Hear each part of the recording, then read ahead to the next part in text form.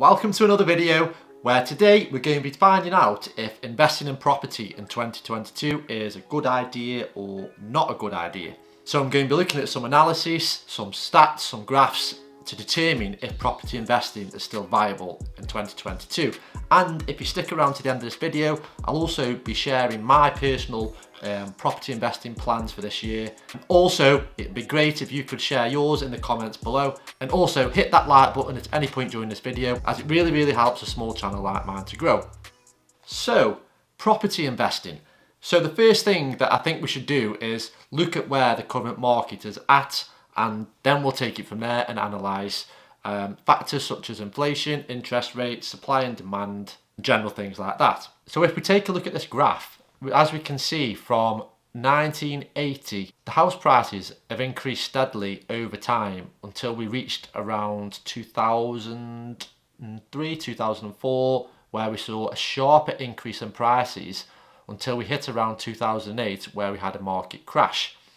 Now, as you can see on this graph, the crash wasn't really massive, so to say, but usually when prices drop, it is exaggerated quite a lot by the media. But as you can see, after a couple of years, the prices then began to rise again. And around 2020, we start to see another sharp increase.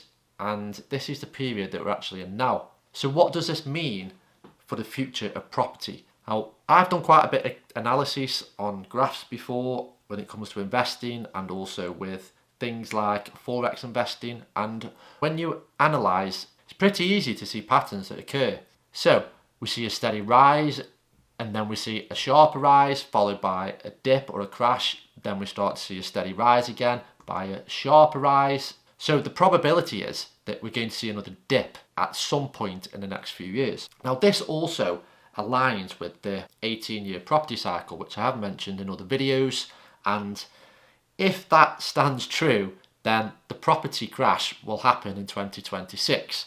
And again, from analysis, if we look at this period where property prices peaked during 2008, where the average price was around £200,000, when the market retracts or dips or crashes, it won't fall below the previous highs. So the previous high was 2000 before the dip. So the next one, when the next crash or dip happens, it won't fall below the 200,000 mark. It'll probably just dip in the same sort of correlation as it did previously. So if you're one of these investors or individuals who wants to get into property, but you've been holding off, or maybe you wanted to invest in property over the last few years, but you thought a crash is coming, I'll save me money, wait till the market dips, and then I'll jump in. The only thing I could suggest to you is, when it comes to investing, it's always better to be in the market than trying to time the market. So with property, my advice would always to be just get involved in property as early and as quick as you can.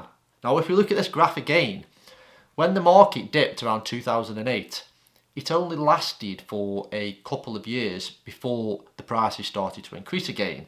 And as you can see, by 2014, 15-ish, the property prices had reached the level they were at in 2007, 2008. So if you purchased right at the peak just before the properties crashed, within 5, 6, 7 years, you're back at where you originally started. So it's not as if your investment has decreased and gone forever.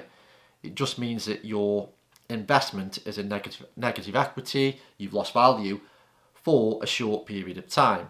Now, as I always say, property investing is for the long term, and you should always see it as a long-term investment.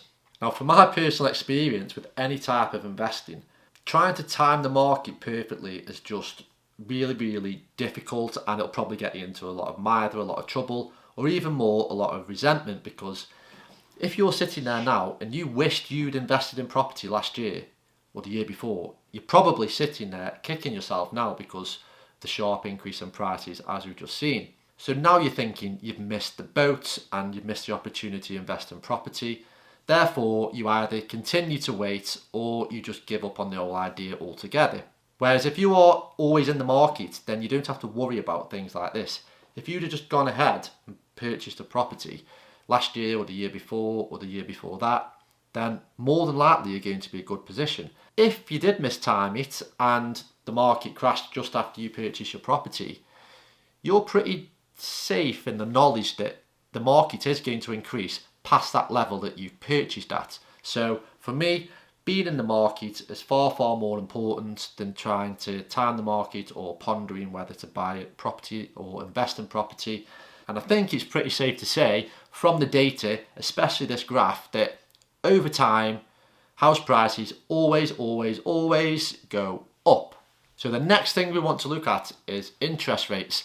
Now, interest rates are extremely important when it comes to property prices because the lower the interest rates are, the more money people can borrow. And when people can borrow more money, they can buy more expensive houses, investors can buy more houses, and generally the economy picks up and more money is flying around, which means the economy is in a good position. However, we are at the point where interest rates are so low that it's actually causing issues. Now, the Bank of England have recently increased interest rates from 0.1% up to 0.25%. And to be honest, they didn't really have much choice in this because of inflation, which is starting to get a bit out of hand, which we'll discuss in a minute. So increasing interest rates is actually a way of slowing inflation and calming things down a little. But increasing the interest rates to 0.25% is no big deal when it comes to affecting people's mortgages, affecting people's repayments.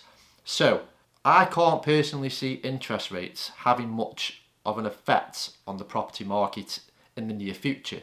And what I mean by that is increasing the interest rates by 0.25% or 0.5% isn't going to crash the property market. Now, for me, I feel that interest rates will remain low for a long time. So when taking this into account, although interest rates will probably rise slightly, I don't think they're going to have much effect on the property market in terms of the value of houses going down. If anything, it will help property prices to continue rising. And that brings me nicely on to inflation. Now, as we know, the price of everything seems to be going up at the minute, and inflation is actually soaring. We can see it in energy prices, property prices, we can see it in general goods that we buy every day. Everything just seems to be going up all of the time. Now, usually when inflation rises, house prices rise. So it's no surprise that during the last 12 months, we've seen this sharp rise on the graph. And going into 2022, it'll be no surprise that this increase in property prices continues to happen. Now, the problem with inflation is after a while, it actually harms the markets because people's spending powers are squeezed to the point where they can't actually afford things. And this then creeps into their mortgage payments, living expenses and things like that. Therefore, at this point, it will have an effect on the property prices. So for me, inflation will continue during 2022, which will in turn increase property prices. People's spending power is squeezed to the point where it does affect property prices, and it will be no surprise if we see another dip or another crash in the next 12, 24, 36 months time. Now, the next point that I want to come on to is supply and demand. Now, this always has a big impact on property prices because when demand goes up, it pushes the prices up. If the supply cannot keep up with demand, if the supply cannot keep up with the demand, then again, it's going to push prices up. Over the last couple of decades, we've seen that demand far outstrips supply. This has been well covered, well precedented in the press that housing supply just can't keep up with the demand. Now, last year, estate agents were reporting that there were far more buyers in the market than there were sellers. Well, when this happens, there can only be one outcome, and that is a price increase. And that's why we've seen on this graph a sharp rise since 2019. And the way things are going at the minute, the housing market is slowing down in terms of the number of properties that are available to buy. However, I don't see the supply decreasing too much. So again, we're stuck in that situation where there are not enough houses on the market to supply the number of people that want to buy them. So looking at this during 2022, it can only mean that prices can continue to rise, maybe only at a steady pace, or they may rise sharply and then steady out. But looking at all these facts and figures, in the near future, we can only see prices continuing to increase. So now that we've discussed what will happen with property prices, I think it's important that we mention actual return on investment and rental yields in the areas that you're looking to invest in.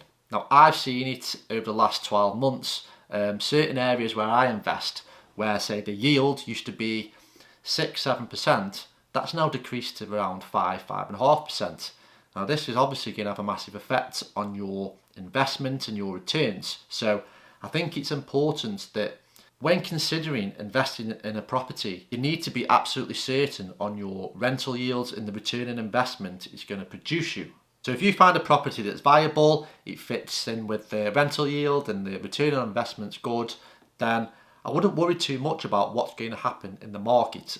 And I certainly won't be worrying about inflation, things like that, because as we've already pointed out, even if you mistime the market and you buy at the peak, then in a few years' time, the value of that property is going to overtake the price that you purchased at. So again, this brings me back to, it's always best to be in the market rather than trying to sit out and trying to time the market. So where does this leave me, and what are my plans in 2022? Well, my plans are to continue buying property. I'm due to complete on my 6th buy to let this week, and once I've got that out the way and sorted and got a tenant in, I'll be looking at to purchase more property, whether it be just a vanilla, turnkey, standard buy to let, or if it's going to be one that requires work. But whatever option I go for, I'll still be investing in property in 2022, and I'll definitely be increasing my portfolio, and I'll also be keeping you updated on everything that I do. So hope you enjoyed this quick video. Please be sure to leave your comments below and let me know how you're getting on with your property investment journey, and also don't forget to hit that like button, as it really helps a small channel like mine to grow. And I'll be back soon with more videos.